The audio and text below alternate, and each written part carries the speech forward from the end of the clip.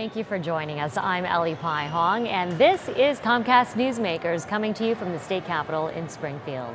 This hour's newsmaker is David Leitch, state representative for the 73rd District. Today, we will be talking about the state budget. Representative, great to have you here. You're also Deputy Republican leader. Thank you. Great to have you join us. Let's talk about this budget and this massive issue that we are tackling. It's a huge issue, and there's debate over what's going to happen, but your priority is to spend within the means and to somehow draw down on the deficit that we face.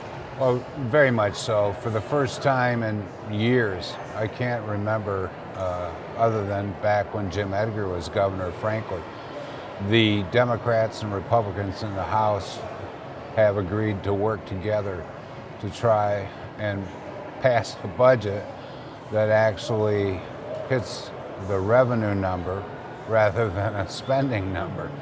So by virtue of that, we should be able to pass a budget that doesn't spend more than we take in. Right. And it was a very important process this year because the House agreed to set a spending number at $33.2 billion. Paid down some pension bills, paid some other required spending in health care and in borrowing, and then broke up the revenue side and assigned it to different appropriation committees to hit those bogeys, and we did. Right. And it's painful, but it's going to be a very important step forward. Because historically speaking, you looked at what we're going to spend first, not necessarily this is how much we have to spend and we're going to spend that Well, much. to your point, since Blagojevich, that process has resulted in spending $9 billion more in general revenue than we took in, and also resulted in a decision by the Democrats to take the bonds from 7 to 28 billion. So, yes, Right. we've had that problem.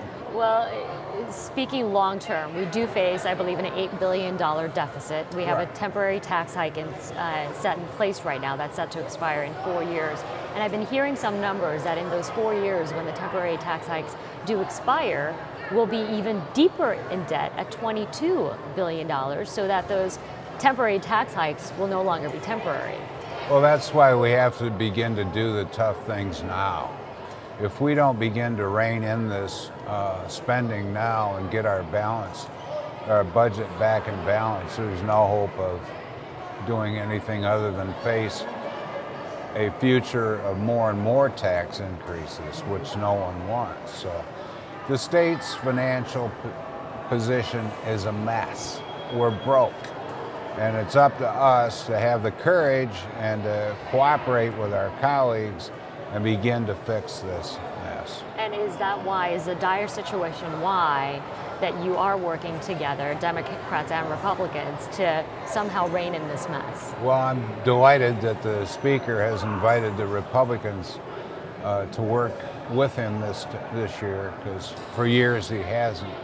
And it's been, I think, a very productive exercise, because in the course of going through all of these budgets in each appropriation committee, especially for the newer members, it's very, very educational for them.